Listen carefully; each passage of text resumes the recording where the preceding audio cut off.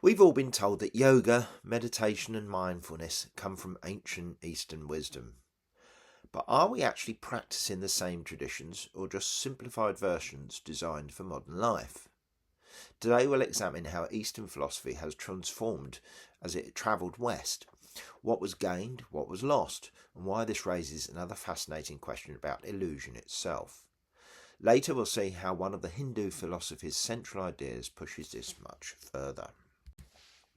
So this is part 53 in the video series, and we are on chapter 8, Framing and Foundations of Eastern Approaches. And today we will cover section 50, Western Takes on Eastern Philosophy. When Eastern philosophy began to filter into Western culture, it often arrived in fragments rather than in its full symbolic and doctrinal context. What was once part of an intricate worldview, tied to cosmology, ritual, ethics, and liberation, was gradually recast as a set of techniques for personal self-improvement. Practices like yoga, meditation, and mindfulness were stripped of much of their original meaning and rebranded as tools for stress reduction, productivity, or health. The history of this adoption runs back further than many realise. In the late 19th century, figures such as Swami Vivekananda and Anagarika Dharmapala introduced aspects of Hindu and Buddhist thoughts to audiences in Europe and America. Their message was adapted for Western ears, emphasising universalism, rationality and compatibility with science.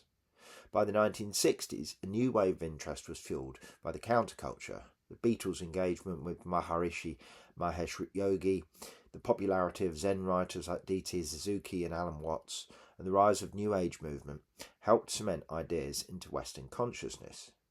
But in the process, practices were frequently detached from their philosophical roots or mixed with ideas originally alien to them. Yoga provides the clearest example. In its classical form, yoga is one of the 6 Hindu dasanas, a path towards liberation rooted in metaphysics, ethics, and aesthetic discipline.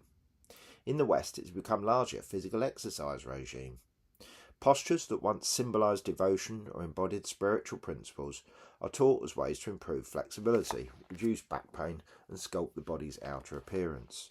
The deeper aims, union with Brahman, transcendence of the ego, liberation from samsara, rarely enter the gym or studio. Mindfulness follows a similar trajectory. In Theravada Buddhism, mindfulness is part of the Eightfold Path, inseparable from ethical conduct and the goal of liberation from suffering. In the West, it has become mindfulness-based stress reduction, marketed to corporations, schools, and even the military. Symbolic and ethical dimensions are sidelined in favour of measurable benefits, lowered blood pressure, reduced anxiety, sharper focus. A practice once embedded in a system of compassion and non-attachment becomes a tool for efficiency within capitalist frameworks. This pattern reflects a broader Western habit of decontextualization. Taoist principles like Tai Chi and Qigong, once linked to alchemy, cosmology and harmony with the Tao, are now promoted as gentle exercises for balance and relaxation. Buddhist meditation, historically bound to vows and monastic discipline, is rebranded as a secular wellness technique. What remains is effective and often transformative, but it is only a sliver of the original. Relating to this to the themes of the book, we see another layer of illusion at work. Just as perception gives a simplified interface to reality, so too cultural adoption can present a simplified interface to tradition. What is gained is accessibility. Millions of people now benefit from yoga, meditation and mindfulness, who might otherwise never have encountered them. What is lost is depth, the symbolic, ethical and metaphysical frameworks that gave these practices their full meaning.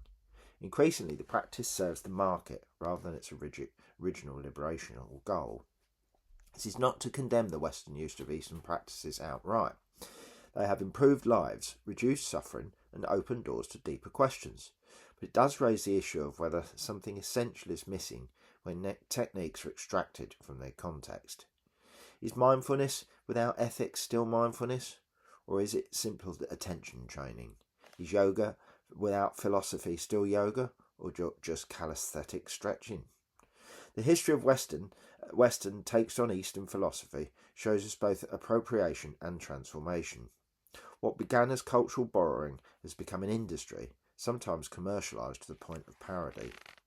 Yet in the spaces where individuals move beyond technique and back towards meaning, the original symbolism re-emerges. The stripped-down version may be a first step, but for those who pursue it further, the doorway remains open to the deeper currents of Eastern thought.